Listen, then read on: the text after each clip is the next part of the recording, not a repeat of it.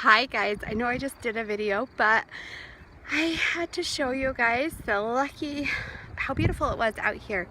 So I'm lucky to live where there are mountains everywhere, and right now I'm on the walking path by my house, and this is the walking path that I get to walk on. It is beautiful, but if you look in the background, I'm going to show you over here.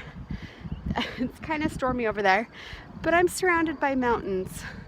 All of that is just beautiful mountains, and all the way back there, I'm so lucky that I only live about 40 minutes from those mountains and 20 minutes from those mountains, and they're just everywhere.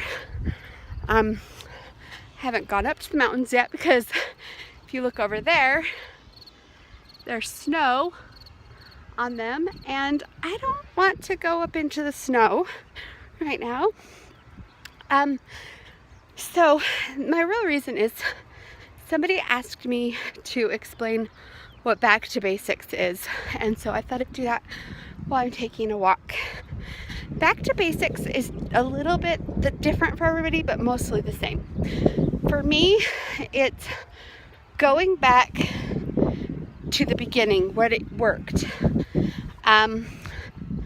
So for the first couple days, I will do 2 Premier Proteins a day and a sensible dinner.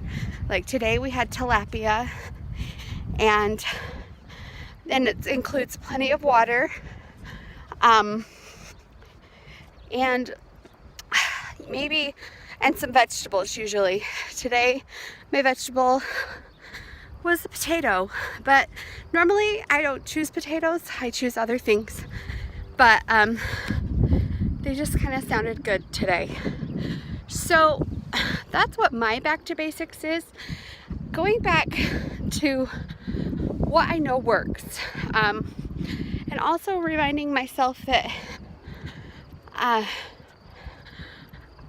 don't need to eat until I'm completely full.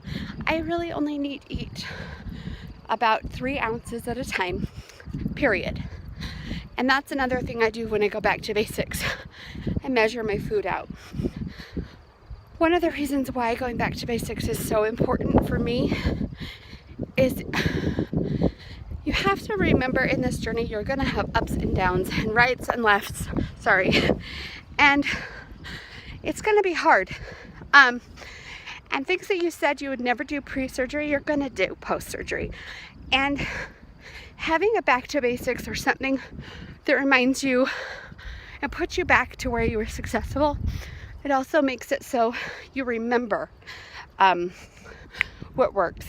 And for me, it helps so I'm not overeating. That's part of my issue.